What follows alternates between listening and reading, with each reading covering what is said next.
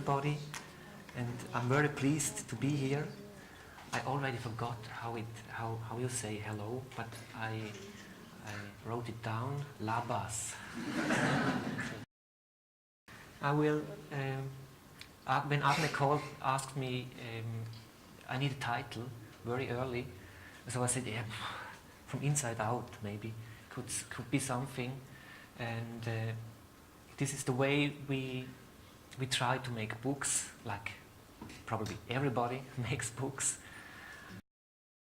I have to say, we are interested in books as objects of use, especially because we are not artists. This is maybe a bit opposite of your talk before, and I hope it's not too boring for you. I will talk about, I will say something who I am and who we are. And secondly, I will show some work with a focus on book design. And on one example, I tried to show how we work on a book, what we do, where we start, and what we think about. And thirdly, if we have still time, then I'd like to explain why typefaces and curves mean so much to me. And this is a look inside our atelier. We are working in a team of about 10 colleagues. We are only designers, no consultants, not like in a classical advertising agency. We try that everyone works from the beginning to the end on a project. But for the creative process, we usually do it in small teams. And we wanted every designer has direct contact to the client so that he gets direct feedback. And working in a team for us is very important. We want to learn from each other. And we also have very flat hierarchies. As sometimes when a colleague of mine is on a phone with a client, he says, my boss said, and I stand maybe behind him, I think, who is the boss? So I will talk about this book first. I will show what we were thinking about. In 2012, St. Gallen celebrated the 1400th birthday of the arrival of the Irish monk Gallus. Here we had a maximum of freedom. We could start with the design and could define the amount of text per page, and not to believe the authors, they wrote exactly that amount of text which we had given him.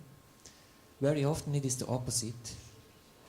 We make a design, the author writes much more than we had defined, or he told us maybe, and usually we have then to rework the design to find a way to fit in all the text.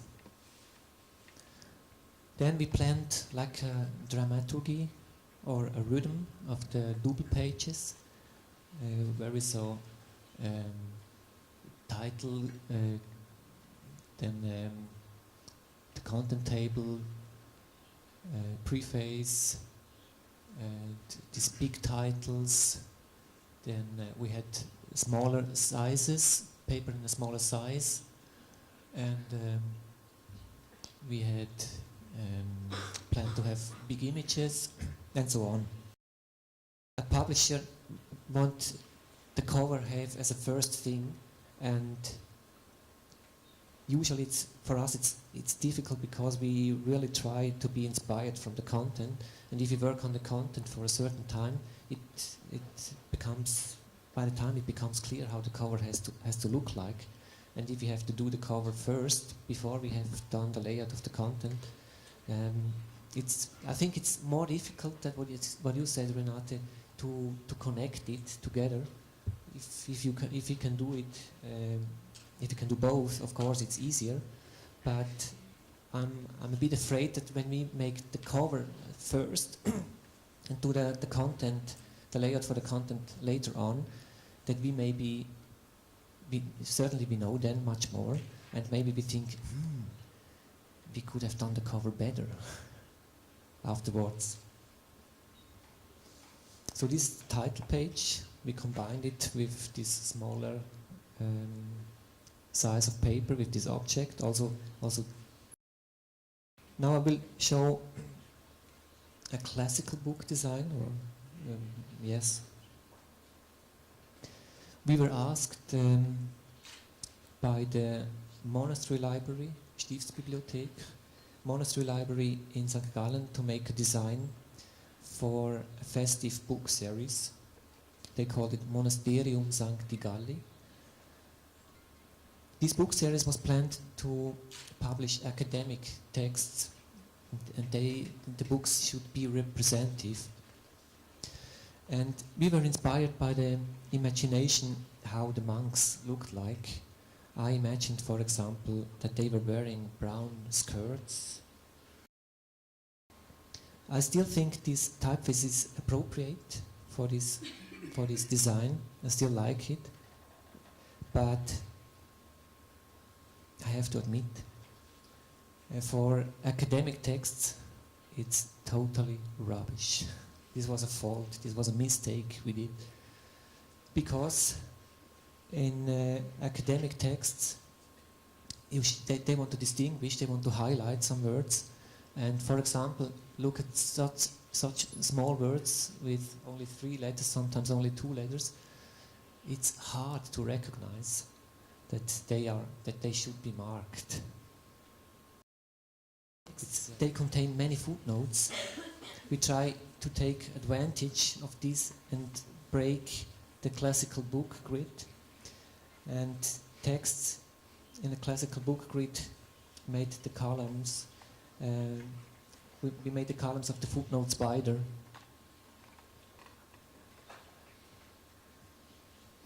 And there are pages where you have more footnotes than text.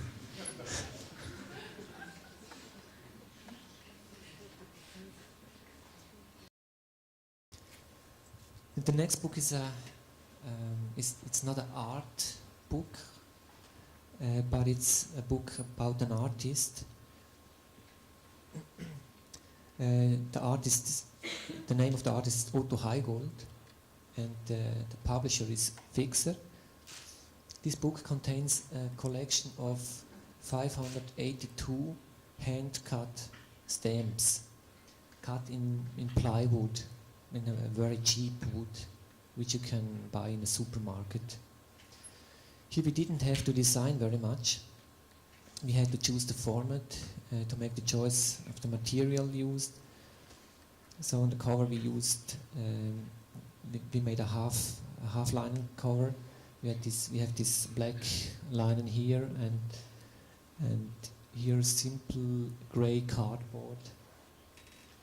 And the title, we put the title in red and black embossed on the cover, Otto Heigold, manual, and the publisher.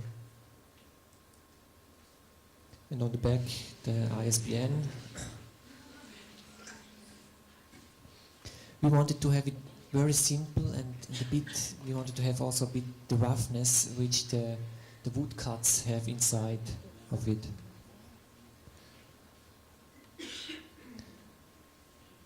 This was all.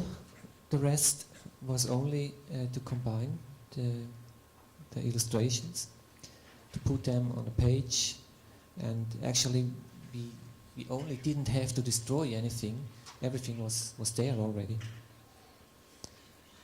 The woodcuts were printed in the original size, and we used a very thin Bible printing paper. And after the title page, every book starts with an original stamp made in red. So every book is like unique, and every book is designed by Otto Heigold. The inside spread looks like this.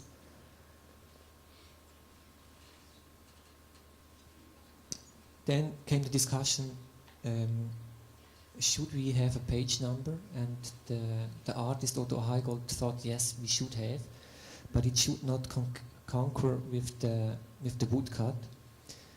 And so, because we have this thin, really thin paper, we thought, why shouldn't we do it? Why shouldn't we print it on the back of the illustration? I'll make it a bit bigger. So it is mirrored here.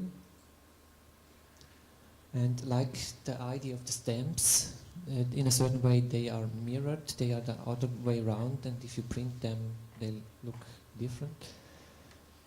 And from the front side, it shines a bit through, so here you have to imagine here the page number. And so it is there, but it's really less important than the woodcut itself. And we have very much freedom in the design. We only have to convince the owner of Typotron, and if we succeed, we can do more or less what we like to do. And so we thought this could be an interesting experimental field for us to try out things which we usually can't do in a book which has really to work, which will be sold afterwards. And we hope that we can find the borderline, or sometimes go over the borderline until we fail, maybe, or not. Allegra, the name Allegra, the name of the typeface of Joost, the meaning is enjoy. It's in a part of Switzerland they say Allegra to say hello. And the meaning of Allegra is enjoy the day. And now I will say thank you again for being your guest here, and I will give you a comment now. I will say Allegra Vilnius, and I have learned another 2 words.